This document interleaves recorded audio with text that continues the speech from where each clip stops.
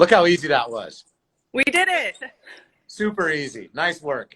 I didn't even need my players or assistant coaches to help me on this one. You were completely unassisted right there? Yeah, big time. That's the best kind of double play you can get, right? An unassisted double play. Yep. So on campus, it looks like?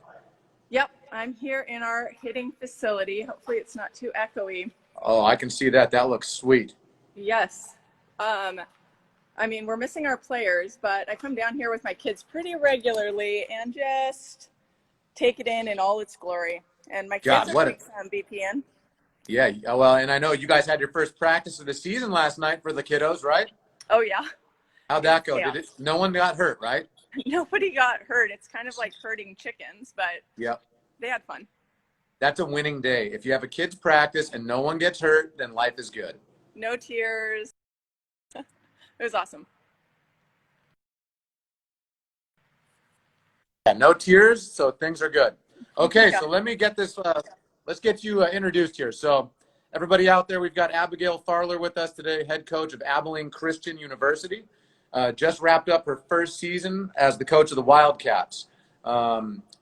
She, back in her playing day, was a standout pitcher at Marshall, the Thundering Herd out there. 129 games, 52 wins, 7 saves, all conference. Also an NFC All-American Scholar athlete. Very good stuff. Congratulations. Thank you. That was a long time ago. We were basically playing in skirts. Hey, it's still playing and the numbers still count. Yeah.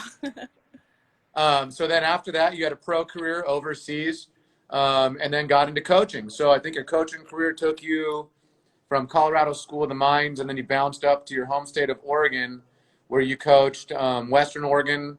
And then I think from there you went to Corbin University, right? Yes. Yeah, it was a really cool transition.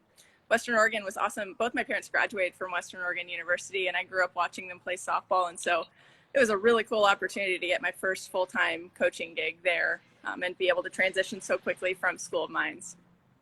And so that was going from, was Western Oregon, what are they, D2? Yeah, D2. And then Corbin was NAIA, right? Yep, they're in NAIA, and they're in one of the strongest NAIA conferences in the country. It was a really tough conference and about 20 minutes away from Western Oregon. And I mean, you had an unbelievable run over there at Corbin. I think you went to regionals, did you go to the NAIA World Series? Yeah, my first year there, my first year as a head coach, we made it to the championship game of the World Series. It was a pretty unbelievable experience and an awesome group of girls that just really got on board with the vision really quickly, and it was a fun year. So you built your winning style out there in Oregon, and then how pumped were you to get the head coaching job finally at a D1 school, Abilene Christian?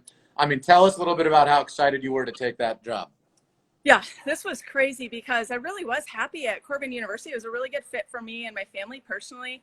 But I had built up this list of the dream school, the ultimate school for me to coach at. And I created this super long list with my husband. And it was like, there's no way that doesn't exist. I really want to be at a Division I school where they love athletics, but it's still a Christ-centered education, and they're truly a Christian university. And I didn't think that really existed. The size of school, the facilities, all of that. And then my husband actually saw this job was open, and when we saw it, it was like, gosh, I got to go for that. And it truly is just a perfect fit. The vision of the athletic department aligns perfectly with my vision for the softball department.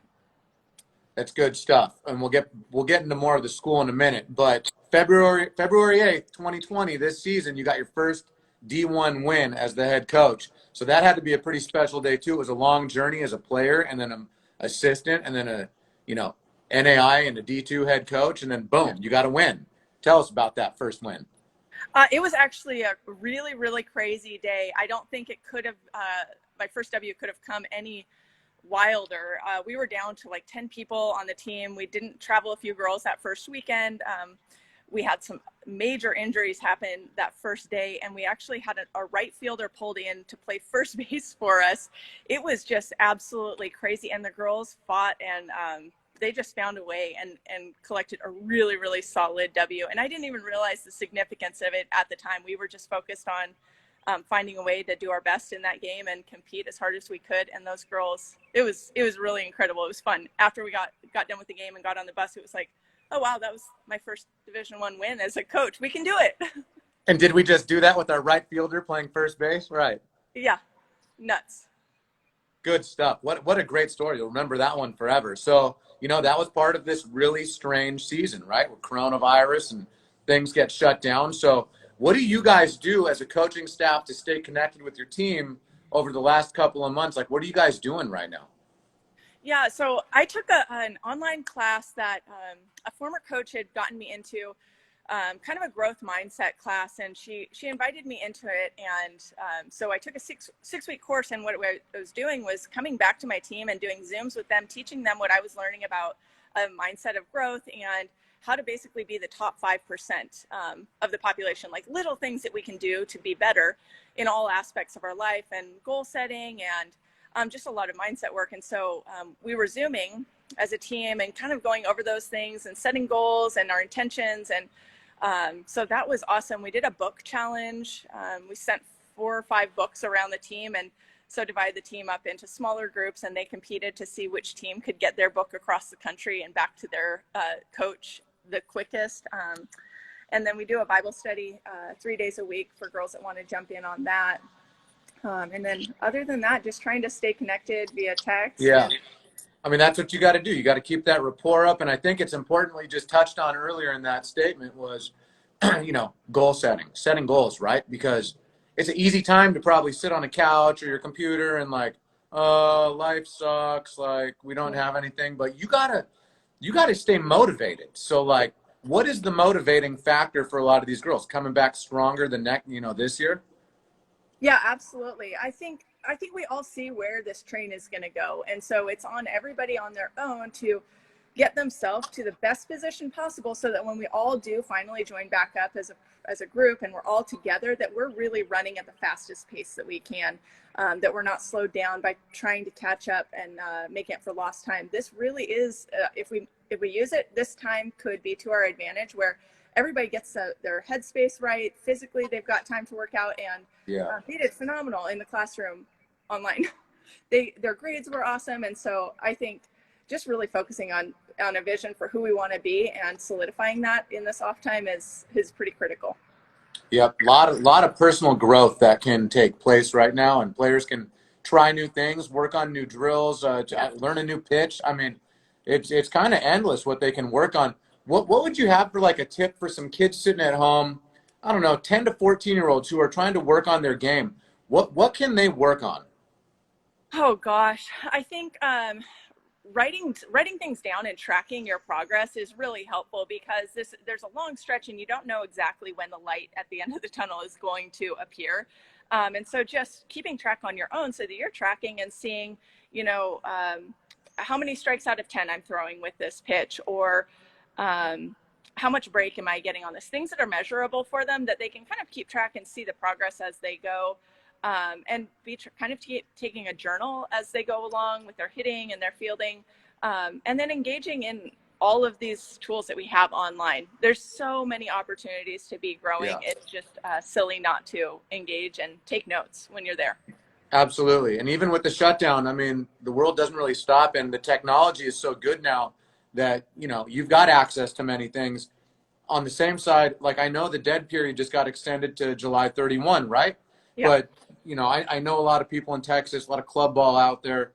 They've developed that new Texas, fast pitch league, and they're going to play a lot of games, and they're all going to be, I think, broadcasted like on the internet. So, as a coach, you're still able to watch games and players can still work hard because they're going to be seen. Did you hear that? Absolutely. Yeah. But I think what's positive for them is maybe to step back from this and just play the game and enjoy the game and not look at the people that are in the stands and having so much pressure and so much focus on that. Just develop your skills and compete because you love the game. And then the right coaches are going to watch you. And I think that's critical with a recruiting process, is just to trust that you're going to get picked up and be seen by the right coach if you do your job and you're pushing yourself as hard as you can and putting yourself in good positions. It leads us right into the next question, which was going to be, what do you look for in a Wildcat softball player? Like what characteristics do you like to see? Yeah, it definitely high energy, high intensity. Obviously, if you can't tell, I'm pretty high energy coach, and that's how we're going to play the game here. We're going to take a lot of risks, and so I'm looking for kids that play that way naturally. So I'm not going to be trying to push them too far against their natural grain.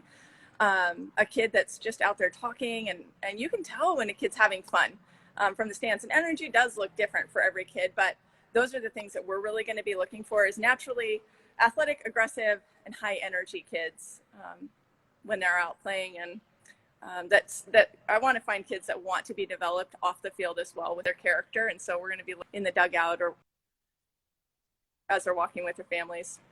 I get it. Character counts, right? I mean, you got to have good character, and you got to be a good student. You talked about it before. You were proud of your students. They got good grades. Um, Academics is such a big part of this, right? So you're a student athlete, student almost first, athlete second. How much for your players to bust their butts in the classroom and get those good grades?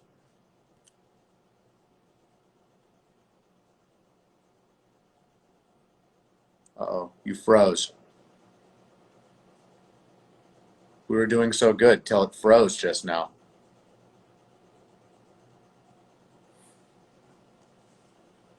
Can anyone out there hear me? Did I freeze or did she freeze?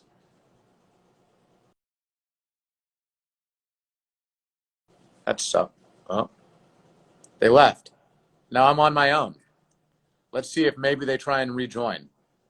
Because I wanted to ask her a couple of questions about her facility. If you guys haven't seen the Abilene Christian softball facility, it's beautiful. You should get online, take a look at it. The city of Abilene. Oh, she's back. I'll let her tell you for herself. I will let her tell you about their facilities as soon as she hops right back on. You're back. I guess I do need my players or my assistants. Sorry. Hey, but you made it back on, and that's what matters. You didn't give up. Yeah, there you go. You didn't give up. So during that, what I was getting to, I was going to just wrap it up for us unless you didn't get back. So I want you to talk about quickly your facilities because they are amazing, and Abilene supports the program in a big way. So show us what you got. Absolutely. Oh my gosh. This is phenomenal. I came from the Northwest and I was my own field crew. And so now we come to Abilene and we've got this beautiful all turfed field. I mean, look at that place. Look at that Jumbotron. And our own indoor facility right here. Yeah. I think that's phenomenal. We have access to our own indoor facility right here at our field and lights, and we're right next to the football facility. And I think it's a really cool atmosphere to practice. We'll practice in the mornings in the fall, so it's a little bit cooler. And gosh, it's really cool to watch the sunrise over the football stadium. And we just feel super blessed to have access to everything we do. Our weight room they just renovated that. It's absolutely top of the line. Really cool. They definitely don't spare anything when it comes to the athletics at that school. You're lucky to be in that place, and they're lucky to have you, a high energy coach. We love having you on Team Easton. We hope you guys love our product too. Absolutely. Yeah. If you couldn't see it in the background there, we've got all our bats and our gear lined up in the indoor facility. We're happy to be working with you guys and love the bats. So thank you. Awesome. Well, hey, Abby, thanks for joining us today. Great tour of the facility. I think every girl out there, I told them before when you were on your little, frozen screen, I said, get on the website and check out the school because the facilities are amazing. Hey, stay ready, stay safe. We'll see you back on the field soon. Enjoy the rest of your day. Awesome. You too, BK. Okay, bye. Bye.